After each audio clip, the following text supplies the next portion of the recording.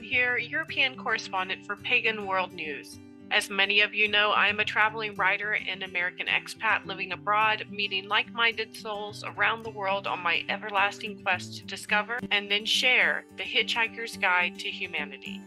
Come explore with me as we travel through Europe, Africa, and beyond, discovering humanity through the eyes of the pagan ideals of air and intellect in the form of cultural knowledge, travel advice, and scientific pursuits, fire and passion in the form of love and local vibe, water and emotion in the form of learning empathy, activism, and social justice, earth and ancient wisdom in the form of local historical deep dives and mythical explorations, and finally spirit in the form of social reform and learning to be kinder to each other, be kinder to ourselves, and be kinder to Mother Gaia.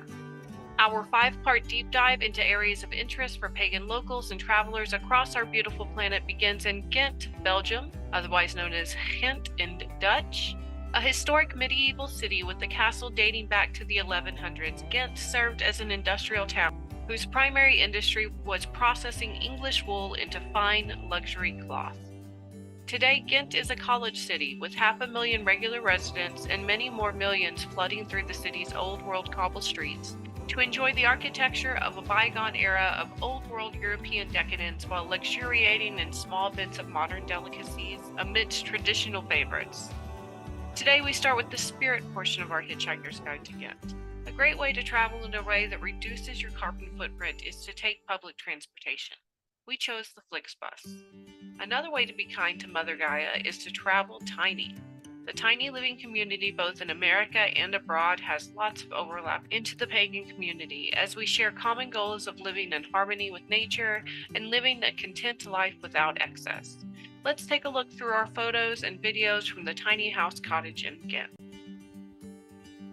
Hello everyone, this is Krys Copeland with Hitchhiker's Guide to Humanity on Pagan World News, and I'm coming to you today from Ghent, Belgium, and today we are staying in a tiny home over the weekend. We have a 4-day weekend where for the most part we just get to relax and enjoy the city, but we wanted to try out tiny home living together and see mostly if Martin was short enough for it.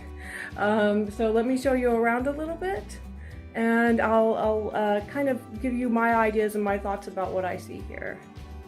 So let me turn this. There we go. So there's Martin. Say hi. Hey, everybody.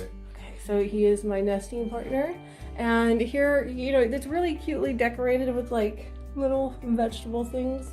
One thing I really liked was the blinds were really nice and easy to pull down.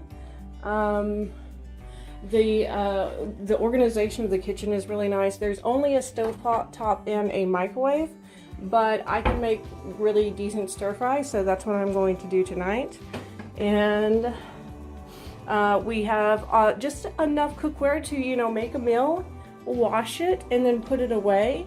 So if you have neurodivergency, this is a really great way to keep your mind and your life organized, just by simplifying it to the basics that you need to get by.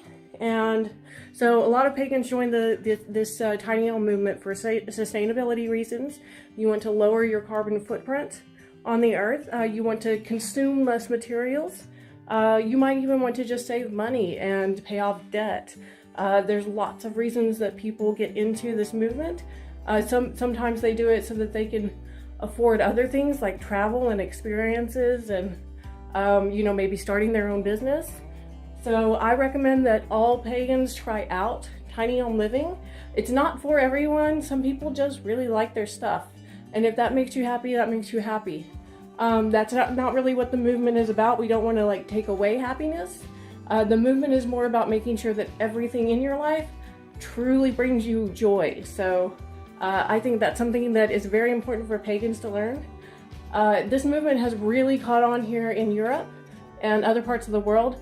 It's making its way into America. I see more and more that there are groups doing this, and there are movements going for homeless people to receive tiny homes so that they can have a permanent address and get jobs. So this movement has a lot of potential to solve problems in the world, especially with overpopulation, to handle that fairly and humanely, to make sure there's housing for everyone. So if you're interested in the tiny house movement, please look it up, please research it.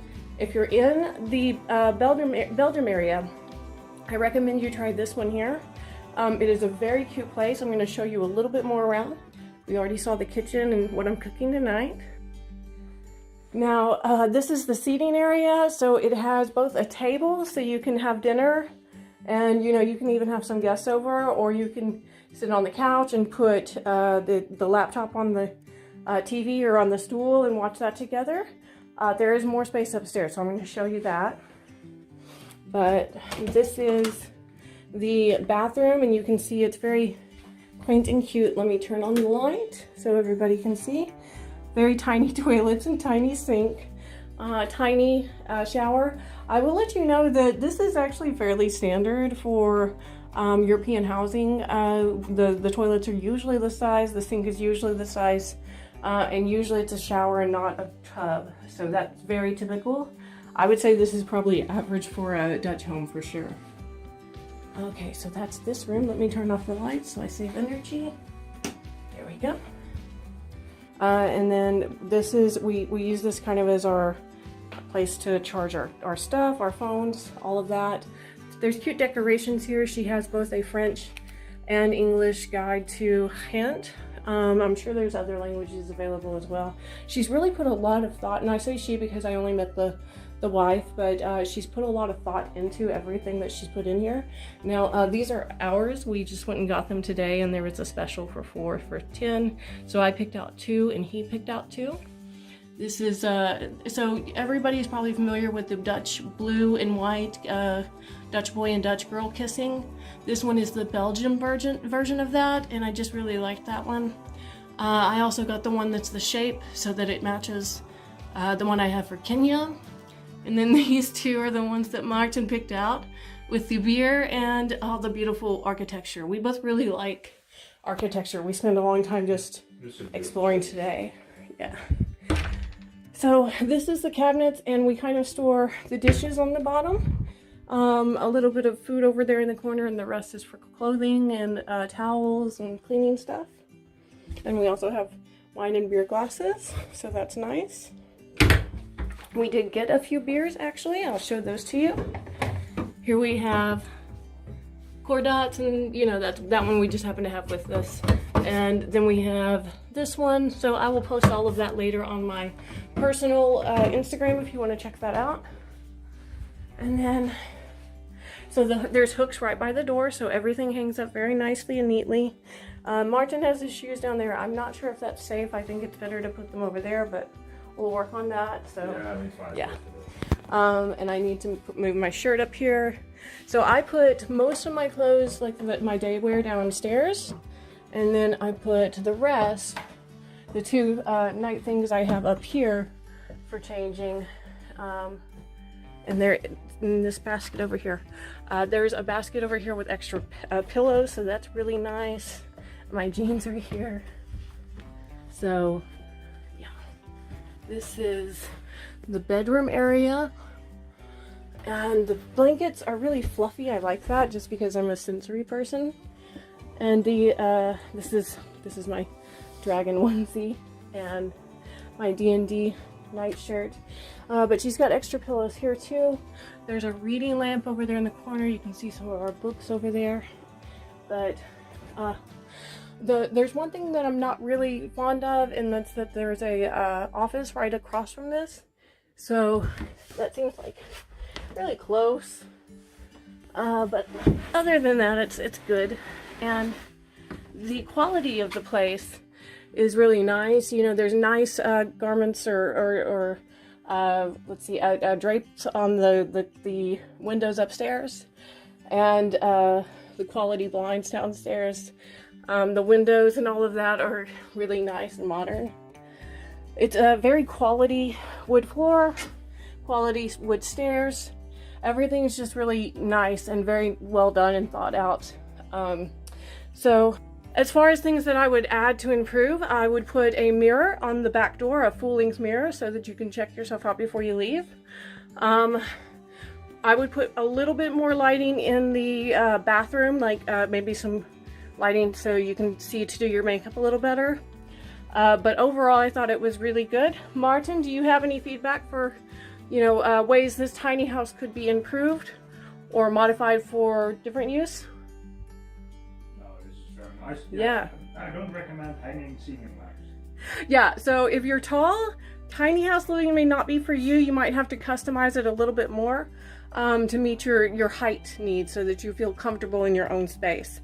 And again, tiny house living is not for everyone, but I do recommend you check it out just to see if it could be for you or parts of it could be for you so that you can reduce your carbon footprint, be kinder to Mother Earth, and be kinder to everyone else.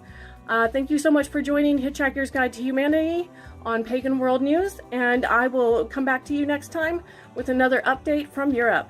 Bye everybody, blessed be. That's all for today's element of the spirit for Hitchhiker's Guide to Ghent. Come back next week when we will explore the fire element found in Ghent's local street art scene at Graffiti Alley. This has been Krys Copeland, your European correspondent for Pagan World News, presenting the Hitchhiker's Guide to the Galaxy, the Ghent, Belgium entry.